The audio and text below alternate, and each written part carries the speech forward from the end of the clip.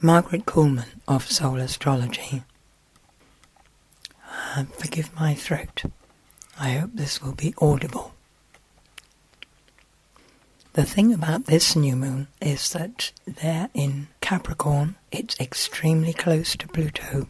2 months ago it was sextile Pluto, so we have been focused on the major changes that are going on, need to go on. This month, it's like actually standing in the path of the changes and being bowled over.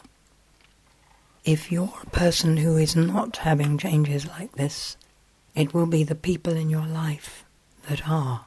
So you get to see it, as it were, secondhand. But even then you will be affected by what happens with them. The beautiful thing about this placing this time is that it makes a beautiful trine to Jupiter, who is on the North Node, so that the changes that are happening are in all probability exactly what needs to happen, what will serve the purpose of our human development best. Jupiter expanding, opening up and encouraging that true direction, which is about service. Virgo basically is that aspect of humanity which looks to see what needs doing and does it. And Capricorn has the competence and a sense of enduring responsibility that gets the job done right to the end. The problem could be that at the moment it's the Capricorn ground, as well as everyone else's, that's being shaken. Mercury is also in Capricorn and retrograding. It'll be retrograding until the 25th of January, just after the full moon. And at that point it will itself be sitting on Pluto. And at the moment it too trines Jupiter and the North Node. So our communication, our understanding, the ideas we have as to how we're going to do things, all very practical, all lined up with what needs to be. And by the full moon, just before and as it turns and goes forwards over it again, all around that full moon week, the lining up of our understanding and communication perfectly with those changes. Now, of course, people who are not interchanging hold more desperately to what is now, what has been before, when they sight Pluto coming. So it's that intensity, the battle for moving forward into the right future becomes intense. At the full moon, that Mercury-Pluto conjunction will be squaring Uranus, who's in cahoots with Saturn. So changes that get made could be quite sudden, and I'm thinking that once again it could be sort of natural, in inverted commas, disasters that call us forward to make the change in how we help. In England, where there has been much flooding in the north, much of the troops, the army, has been helping people in their flooded distress. It's the way to go.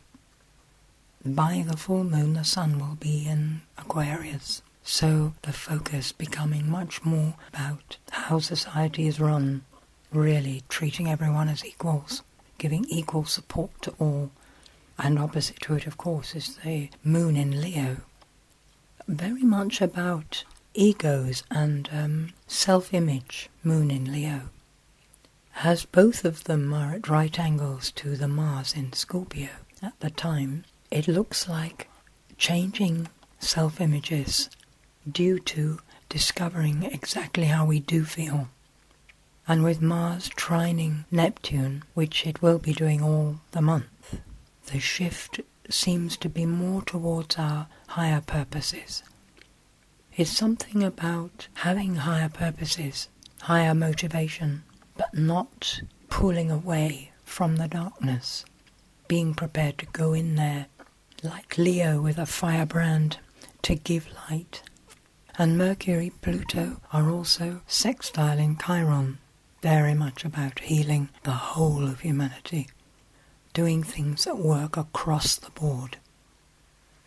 Back to the new moon chart, the flavour of the whole month. Venus has just passed the Saturn, something about relating to people in a wiser way than usual. In Sagittarius, it's very much about wanting to share the broader ideals, so it's very important that one's ideals one shares are the broadest possible, inclusive. A lot more of the fundamentalist or even just cultural differences in societal laws are being focused on to find ways that our different cultures can live together, not to become the same as each other, but not to wound through being different. Jupiter is retrograde, so it will now be retrograde for the next 4 months.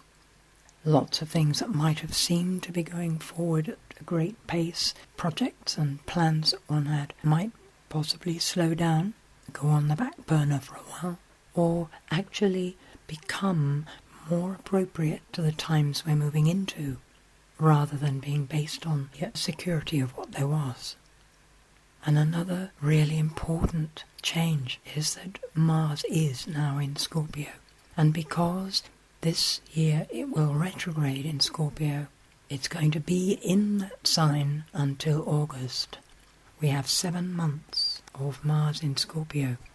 Beautifully, it starts by trining Neptune, so we can be aware of the empathy which connects us to people, which has us wanting to help because we can imagine how it feels. And Scorpio has that wonderful deep energy. It's a reservoir of emotional force, and if we can align it to the changes that need to be made, it's the power of intention at its strongest. And it does mean that we have to access that depth of emotion in ourselves and hopefully clear it, clean it up, so that the energy flows through cleanly. It's a call to raising the solar plexus energy up to the heart, so that our heart's joy and desires are what motivate us. So I want to say, let's go for it. Bless the world. Bless our actions of service. The shoulder to the wheel. Much can be accomplished at this time, both personally and globally. The letter that I email people on my database at the new moon will be on my website, and I think I said a lot more in writing than I could speak, so do check it out. Thank you. Stand alone, including others in your life. Weep in your empathy, but not with pity. Be at peace while you open your mind to all points of view. Radiate love, holding all in your heart with respect. Trust the light to contain all colours and shades.